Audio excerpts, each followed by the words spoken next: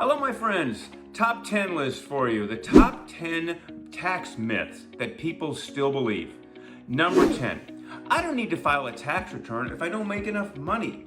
Well, even if your income is low, you may still need to file a return to claim refunds, credits, or report self-employment income if you make over $400.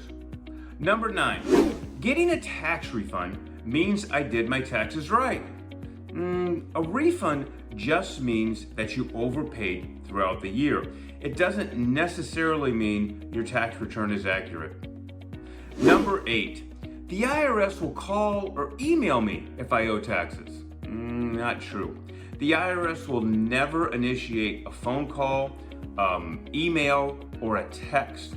If you get contacted in one of these ways, I can guarantee you it's a scam.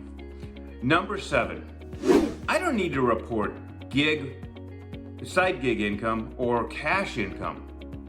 Not true. All income, including freelance income, tip income, and cash income, is taxable and reportable, even if you don't get a 1099. Number 6, I can write off whatever I want as a business expense. Business expenses, they must be ordinary and necessary for your business and your industry, what you're doing to generate income. So personal expenses disguised as business deductions are an easy way to trigger an audit. Number 5, students don't have to pay taxes. Being a student in and of itself doesn't exempt you from taxes. If you have earned income from a job, from freelancing, or even scholarships that cover non-tuition expenses, you may still owe taxes on these and need to file a tax return. Number 4, I don't need to keep tax records after filing. Not true. The IRS can come after you. Let me rephrase it. The IRS can audit your tax return for up to 3 years after you file. In some cases, it can be a little longer. So I recommend keeping tax documents for at least 7 years after filing.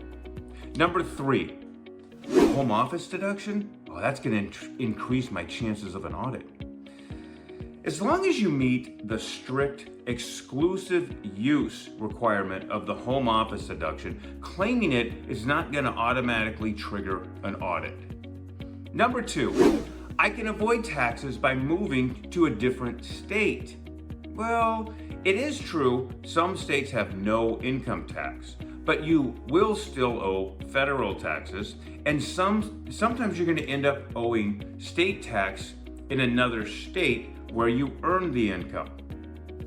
Number 1, the number one tax myth that people still believe. I can avoid taxes by not filing a return. If you owe taxes and you don't file, penalties and interest are going to continue to accrue. And the IRS can end up taking serious action to encourage you to pay your taxes, which includes wage garnishments, bank levies, and liens on your property. Know the truth. Who's doing your taxes?